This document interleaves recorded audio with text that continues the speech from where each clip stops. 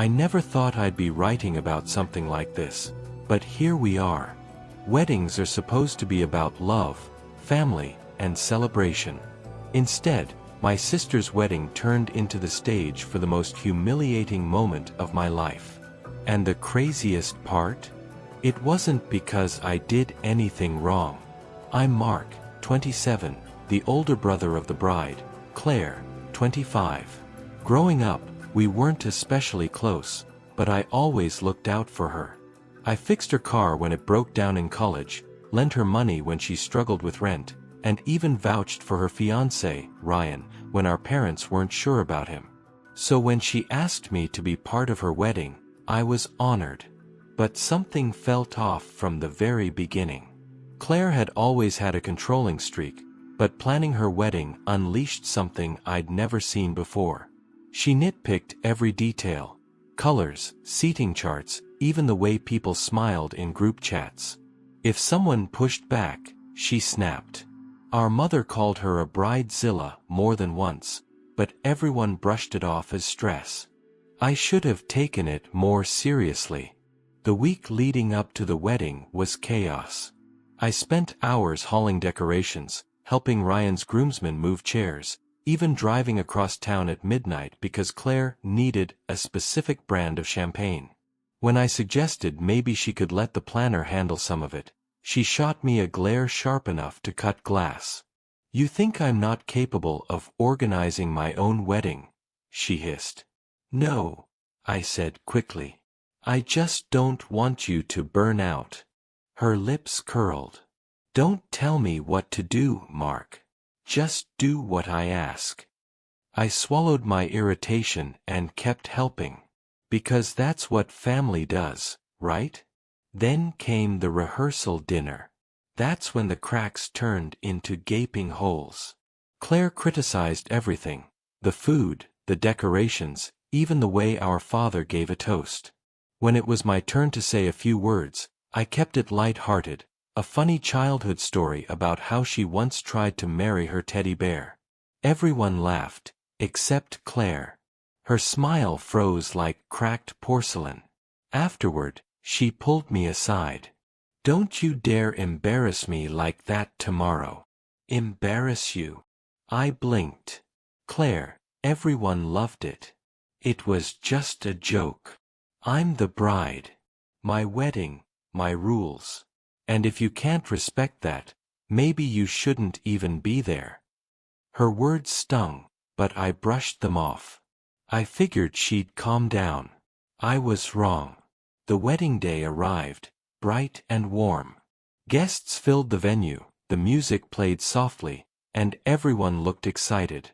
I was in my suit, helping our mother seat relatives, when Claire stormed over, eyes blazing. "What are you doing in here?" she snapped. "Helping," I said, confused. "You're ruining everything. You keep drawing attention to yourself, making little comments, trying to act like this is your event." I froze. "What?" "Claire, I've barely said 2 words all morning." "That's it," she interrupted, voice rising. "You're done. Get out." The room fell silent. Heads turned. Guests stared as my sister pointed at the door like I was some kind of intruder. I laughed nervously, thinking it was a joke. But her glare told me she meant every word. "You're not welcome here," she hissed. "Not at my wedding. Leave." And just like that, in front of family, friends, and strangers alike, my own sister kicked me out of her wedding. I can't explain the humiliation. My chest burned, my face flushed, and the whispers from the crowd wrapped around me like chains. I wanted to argue, to shout, to remind her of everything I'd done for her. But instead, I walked out. The heavy wooden doors slammed behind me, and I stood alone in the parking lot, the sound of celebration muffled through the walls. I thought that was the end of it. That I'd just been erased from one of the most important days of her life. But what Claire didn't know, what none of them knew, was that within 24 hours, she would regret it more than anything she'd ever done. The walk from the ballroom to the parking lot felt like miles, even though it was just a few steps. My ears burned with the sound of whispers behind me. Some guests gasped, some muttered, others exchanged looks that cut me worse than any words. Outside, I stood frozen, staring at the decorated entrance, stunned at how quickly everything had fallen apart. I'd carried flowers, driven vans, stayed up until 3 a.m. fixing place cards, and in the end, my own sister treated me like I was trash at her curb. I pulled out my phone, thinking maybe Mom would call, or Dad, or even Ryan. But there was nothing. No texts. No apologies. Just silence. I sat on the curb in my suit, trying to decide if I should leave or wait. A couple of cousins slipped outside for a smoke and gave me awkward glances. One muttered, "Tough break, man," before turning away. No one wanted to get involved. That hurt most of all. But humiliation has a way of turning into anger. I kept replaying her words. "You're not welcome here. Get out." The venom in her voice. The way she didn't hesitate, didn't care that I was her brother. Didn't care that I'd done everything for her these past weeks. After an hour, I left. I couldn't sit outside while the music and laughter inside rubbed salt in my wounds. I drove home, tossed my suit jacket on the couch, and sat there in silence. My phone buzzed only once. "Mom." I answered, ready for some kind of explanation. "Mark," she said, voice tense. "Just let it go for now. It's her day. Her day." My voice cracked. "She humiliated me in front of 200 people, Mom. And you're saying let it go?" "She's under a lot of stress," Mom said weakly. "It's better not to make it worse." I hung up. I didn't sleep that night. Every time I closed my eyes, I saw Claire's face twisted with contempt, the guests' judgmental stares, the way I'd been erased like I was nothing. By morning, my anger had calcified into something sharper. Resolve. Because I realized the wedding wasn't perfect. Far from it. And the truth was about to catch up with Claire. See, I knew something she didn't think I knew. Something about her perfect wedding that she thought she had under control. And while she was busy sipping champagne and basking in her spotlight, the clock was already ticking toward a disaster she couldn't stop. Within 24 hours, she wasn't going to be thinking about me, or her petty power trip. She was going to be thinking about the mistake that blew up her entire wedding. And I'd be there to watch it happen. I wasn't at the reception, but the updates started trickling in quickly, because gossip moves faster than music at a wedding. The first message came from my cousin Emily, who texted me mid-reception, "Are you okay?" I don't know why Claire did that. People are talking. Talking. That was an understatement. By the time the cake was cut, half the guests were whispering about the dramatic scene where the bride kicked out her own brother. Some thought I had done something terrible. Others thought Claire was being cruel. Either way, it became the highlight of the evening, and not in the way she had hoped. But that wasn't the worst part. Because while Claire was basking in attention and trying to play the victim, something else was brewing behind the scenes. See, 2 weeks earlier, I had accidentally overheard a conversation between Ryan and one of his groomsmen. They were talking in hushed voices in the garage while unloading decorations, and I had just walked in to grab some tools.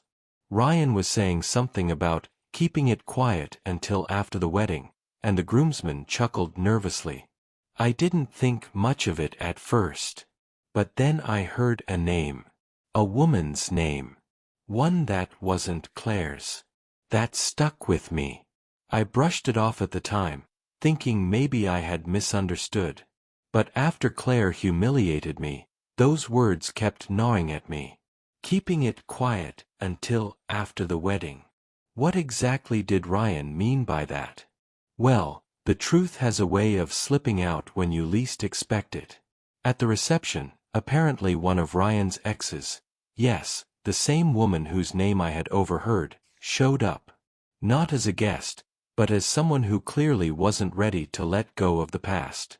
She stormed in, made a scene, and before anyone could drag her out, she spilled everything. About how she and Ryan had still been seeing each other on and off. About the promises he made. About the nights he spent with her long after he'd proposed to Claire. Gasps filled the hall. Guests started pulling out phones, recording, whispering, spreading it like wildfire. And where was I? Sitting at home in sweatpants, staring at my phone as notifications exploded. Cousins, aunts, even friends of Claire's messaged me, "You won't believe what just happened." The perfect fairy tale wedding had turned into a public scandal within hours. And Claire, the same sister who screamed at me to get out because I was ruining her big day? She was now standing in front of everyone, her face pale, her voice shaking, as the truth unraveled her marriage before it even began. By the next morning, the story wasn't just inside the family. Photos, videos, and half-baked versions of the drama were already spreading online. And suddenly, Claire didn't care about me being embarrassing at her wedding. She cared about the fact that she had been humiliated in front of everyone she knew, while I sat at home, innocent, watching it unfold like a spectator at a circus. And she would regret kicking me out more than anything. Because when the dust settled, I was the only one who could have helped her hold it all together. By sunrise, my phone looked like it had been through a war. Dozens of unread messages, missed calls, and screenshots filled the screen. The wedding wasn't just ruined, it was a disaster people were already calling the drama of the year. At first, I ignored it. Claire had made it very clear she didn't want me there, so why should I care? But curiosity is a nasty thing, and eventually, I opened one of the videos. It showed Ryan's ex standing in the middle of the reception hall, mascara running, her voice shaking but loud enough for everyone to hear. "You think this man is loyal? He was in my bed less than a month ago." The camera caught Claire's face, frozen, pale, her perfect bridal smile shattered in an instant. Guests gasped, some covered their mouths, others muttered, "No way!" And then chaos. Ryan tried to deny it, but the ex pulled out receipts, literal screenshots, dates, messages, proof. The room exploded. The bride and groom's families started arguing. Guests left early. The DJ cut the music. Some people stayed just to watch the train wreck unfold, recording every second. And me. I wasn't there, but I didn't need to be. My phone kept buzzing with updates from every angle. Cousins texted blow-by-blow commentary, friends sent shaky videos, even an old neighbor messaged, "Is this your sister's wedding?" It's all over Facebook already. Claire's perfect day was officially over. By the next morning, word had spread across town. At breakfast, Mom called again, her voice exhausted. "Mark, things got out of hand last night." "Out of hand?" I scoffed. "She kicked me out in front of everyone, and then her groom gets exposed as a cheater? That's not out of hand, Mom. That's karma." Mom sighed. "She's devastated. Maybe you should check on her." "Why?" I snapped. "She didn't want me there yesterday. She made that perfectly clear." But as much as I wanted to stay bitter, I couldn't ignore the irony. Claire had humiliated me for supposedly ruining her big day, and then within hours, her entire world crumbled, without me lifting a finger. Later that afternoon, Dad called. His tone was sharper. "Son, I don't know what's going on between you and your sister, but this family needs to come together right now." I almost laughed. "Come together? Dad," I was literally thrown out. "She made me the villain, and now you want me to swoop in and comfort her." There was a pause. "She regrets it, Mark. She said so herself." That stopped me cold. She regrets it. For the first time since the humiliation, I felt a flicker of something. Not sympathy, not yet. But power. Because Claire had made me feel worthless, expendable. And now, less than 24 hours later, she was sitting in the ruins of her wedding, realizing the one person she had pushed away was the only one who could have stood by her when everything fell apart. The regret was setting in fast. And I wasn't sure if I was ready to let her off that easy. By the time evening rolled around, I finally caved. Not out of kindness, but out of curiosity. I wanted to see with my own eyes how the queen of her perfect day looked after the crown had slipped. When I pulled up to my parents' house, the driveway was full. Cars everywhere, people pacing on the porch. It looked less like a newlywed celebration and more like the aftermath of a funeral. Inside, the atmosphere was heavy. Relatives sat around with hushed voices. Some avoided eye contact, others shook their heads in disbelief. My uncle muttered something about "should have seen it coming," while an aunt whispered, "Poor girl, humiliated in front of everyone." I found Claire upstairs in her old room. The wedding dress was gone, replaced with sweatpants and a hoodie. Her makeup was smeared, her hair tangled, her eyes red and swollen. She looked nothing like the radiant bride from yesterday. For a moment, she didn't notice me in the doorway. She was staring at her phone, scrolling through the flood of posts and comments. Videos of the reception blow-up had gone viral locally. People she didn't even know were calling her the girl who married a cheater. When she finally looked up and saw me, her expression crumpled. "Mark." Her voice cracked. "I'm sorry." I leaned against the doorframe, arms crossed. "Sorry for what? For kicking me out? For humiliating me in front of 200 people? Or just sorry that your wedding turned into a circus?" Her lips trembled. "For all of it. I don't know what came over me.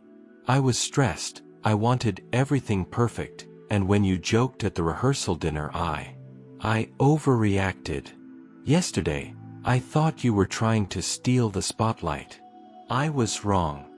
I let the silence stretch, watching her squirm. For once, she wasn't in control. "You didn't just overreact," I finally said. "You threw me out like I was nothing. And now you regret it because you need someone to stand by you. Isn't that convenient?" Tears spilled down her cheeks. "Please, Mark, you're my brother. I need you right now. Everyone's laughing at me, Ryan's gone, and I feel like my life is over." "Good," I said flatly. "Now you know how it feels."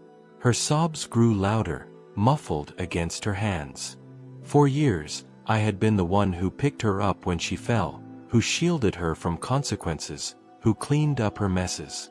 And yesterday, when it really mattered, she didn't just abandon me, she destroyed me. And now she wanted me back. I should have felt satisfaction. And in some ways, I did. But there was also a strange heaviness in my chest. Because despite everything, she was still my sister.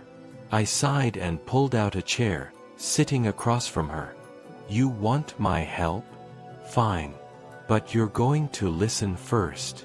No excuses. No interruptions." She nodded quickly, like a child waiting for a punishment.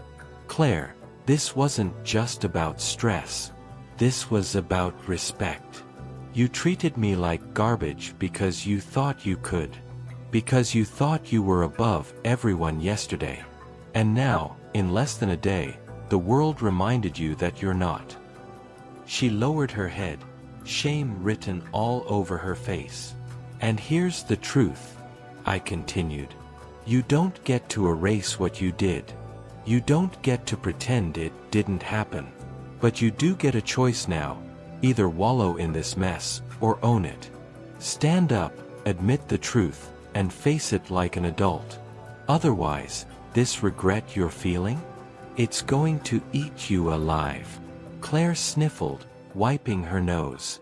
I'll try. I just don't want to do it alone. I stared at her for a long moment. She was broken, humbled, and for once, truly listening. And in that moment, I realized something.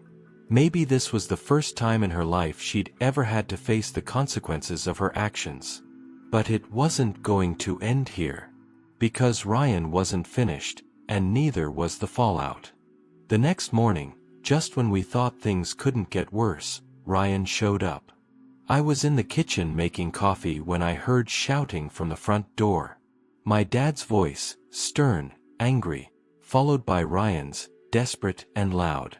I set my mug down and walked toward the noise. There he was, standing on the porch in yesterday's suit, tie crooked, hair a mess.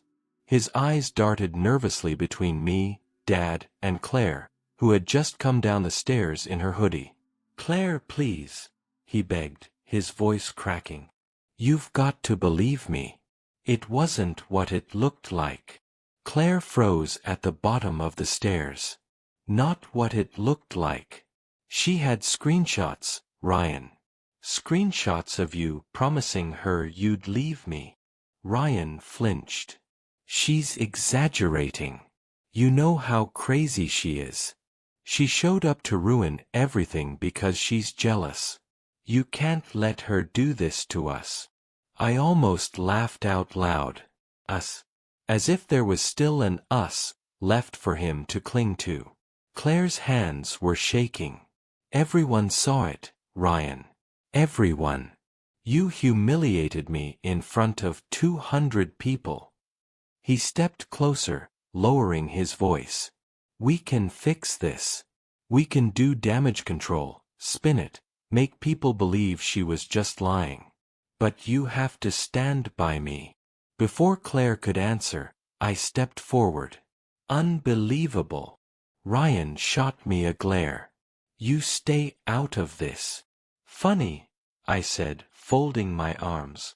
"That's exactly what Claire told me yesterday before kicking me out. And now, looks like I'm the only one she should have listened to." Claire's eyes flicked to me, guilt flashing across her face. Ryan sneered. "You've always hated me." "No," I said calmly. "I never hated you. But I knew you were shady. I overheard you weeks ago talking about keeping things quiet until after the wedding. Remember that? You weren't careful." His face drained of color. He stammered. That's not what I meant." "Save it," I cut in. "You played her. You thought you could juggle 2 lives and get away with it. Well, congratulations, Ryan. You didn't just ruin your marriage. You ruined your reputation. Everyone saw it. It's online. You're done." Claire buried her face in her hands. Her sobs filled the hallway. Ryan's bravado crumbled. His voice turned pleading. "Claire, please, I love you. Don't let one mistake end us. Don't let your brother poison you against me." But for once, Claire didn't look at him with blind loyalty. She looked at me. Her brother. The one she had thrown out like garbage. The one still standing by her side now. And in that moment, I saw the shift. Her regret wasn't just about humiliating me anymore. It was about realizing who had been real all along, and who hadn't. Ryan kept talking, but no one was listening. Dad told him to leave. Mom stayed silent, disappointment written all over her face. Claire just stood there, broken, watching the last pieces of her perfect love story collapse at her feet. When the door finally slammed behind him, the silence was deafening. Claire turned to me, tears streaming. "Mark, I don't deserve your help." Not after what I did. But I don't know how to face this without you. For the first time, I didn't see the bridezilla. I saw my little sister, lost, humiliated, stripped of her pride. And though part of me wanted to let her drown, another part knew the truth. Sometimes the best revenge isn't walking away. It's making them realize just how wrong they were, and forcing them to live with it. After Ryan left, Claire sat on the couch, clutching a pillow like it was the only thing holding her together.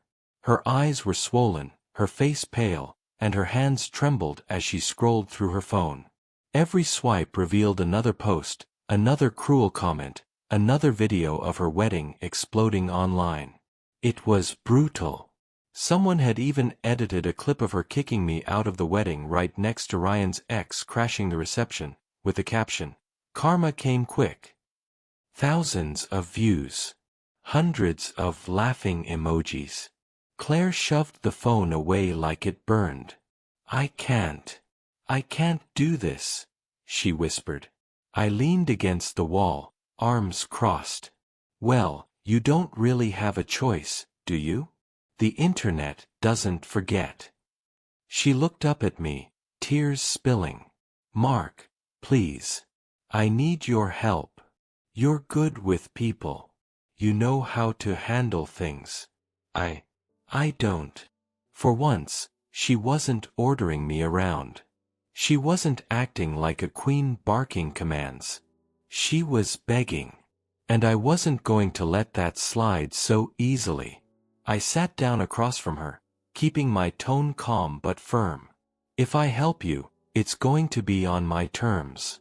No more barking orders, no more treating me like trash. You do exactly what I say, or I walk. Clear?" She hesitated, then nodded quickly. "Clear." "Good," I said. "First step. You own it. No lies, no excuses. If you try to spin this, it'll blow up worse. You need to admit the truth and face it." Her lip trembled. "You mean, tell everyone?" "Yes," I said. "Because right now, the story isn't just that Ryan cheated. It's that you kicked out your own brother and then got humiliated. You can't bury that. The only way out is through." She swallowed hard. "People will hate me." "They already do," I said bluntly. "The question is, do you let that define you, or do you show them you can own your mistakes?" She wiped her face, sniffling. "And, you'll stand by me? Even after everything?" I held her gaze. "I'll stand by you if you prove you've learned something. But if you try to throw me under the bus again, I'm gone. For good this time." For a long moment, she was silent. Then she nodded again, this time with more determination. "Okay," she whispered. "Tell me what to do." It was strange. Less than 24 hours earlier, she'd tossed me aside like I was nothing. Now, she was looking at me like I was the only person keeping her from drowning. And maybe, in a way, I was. Because the truth is, Claire wasn't just facing a failed wedding. She was facing the wreckage of her own choices, the fallout of her arrogance, and the very real possibility that she'd be remembered not as a bride, but as a cautionary tale. And if she wanted to crawl out of that hole, she was going to have to start with the hardest step of all, admitting she was wrong. That night, Claire sat at the kitchen table with her laptop open, hands hovering nervously over the keyboard. Mom and Dad hovered in the background, whispering worries to each other, but I waved them off. This was between Claire and me. "Write it like you're talking to the people who were there," I told her. "Honest. Direct. No excuses." She took a shaky breath and started typing. The words came slowly, haltingly at first, but then the dam broke. She wrote about how she let stress and pride cloud her judgment, how she lashed out at me, and how wrong she was to treat her brother the way she did.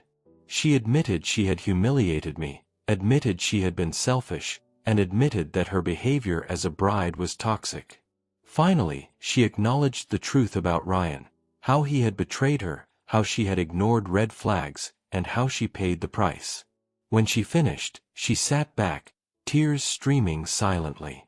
The post wasn't long, maybe 5 paragraphs, but it was raw. Real. Good, I said softly. Now hit post. Her finger hovered, trembling. Then she clicked. Within minutes, the comments started pouring in. At first, they were brutal. Sarcasm, mockery, people reminding her of the viral clips. But then, something unexpected happened. A few voices cut through the noise. Respect for owning up. Takes guts to admit this. Everyone makes mistakes, but not everyone admits them. The tide didn't turn completely, far from it. But the tone began to shift. People were still angry, still mocking, but now there was also a layer of reluctant respect. Claire wiped her cheeks. They don't all hate me. Not yet, I said. But they will if you stop here. Words are easy. Actions matter. She nodded, more firmly this time. So what do I do next? I leaned back, studying her. For the first time, she wasn't acting entitled. She wasn't acting like the world owed her anything. She was listening. Really listening. You show them, I said. Not just online, not just in a post. You show your family, your friends, everyone who was there, that you're not the same person they saw yesterday. Claire bit her lip, thinking. How? Start small, I said. Apologize. In person. One by one, if you have to. Not just to me, but to the people you snapped at, the ones you bossed around, the ones you disrespected. Make it real. Her face paled. That's a lot of people. Yeah, I said dryly. You burned a lot of bridges. Now you get to rebuild them, brick by brick. For a long moment, she just stared at me, then let out a shaky laugh. You sound like the older brother I should have listened to all along. Funny, I said, because yesterday you didn't want me around at all. Her smile faded, and guilt returned to her eyes. I know. And I'll never forgive myself for that. The thing was, she was already starting to learn. By the next morning, Claire had lined up her first face-to-face apologies. And though she was terrified, I could see something shifting inside her. A crack in the pride. A seed of humility. But the road ahead wasn't going to be easy. Because forgiveness isn't something you earn in 24 hours. And Claire still had one last person to face, me. By the next evening, Claire had already begun her campaign of apologies. She visited our aunt, who she'd screamed at over flowers. She called the groomsmen she'd insulted during rehearsal. She even messaged the catering staff to thank them for putting up with her demands. Some people forgave her instantly. Others were colder, their wounds still raw. But at least she was doing it, humbled, sincere, no longer the tyrant bride barking orders. Still, there was one apology she hadn't given properly. Mine. That night, after everyone else had gone to bed, she came to my room. I was sitting at the desk, scrolling through the flood of updates online, when she knocked softly. Can we talk? She asked. Her voice was quieter than I'd ever heard it. I gestured to the chair across from me.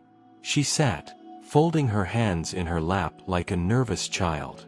For a moment, she said nothing, just stared at the floor. Finally, she whispered, Mark, I'm so sorry. Not just for yesterday, but for everything. 4 years, I've treated you like you were just there. Like you'd always pick up the pieces no matter what. And when I kicked you out of the wedding, I didn't just humiliate you. I betrayed you as my brother. I don't know how to make it right, but I need you to know I regret it.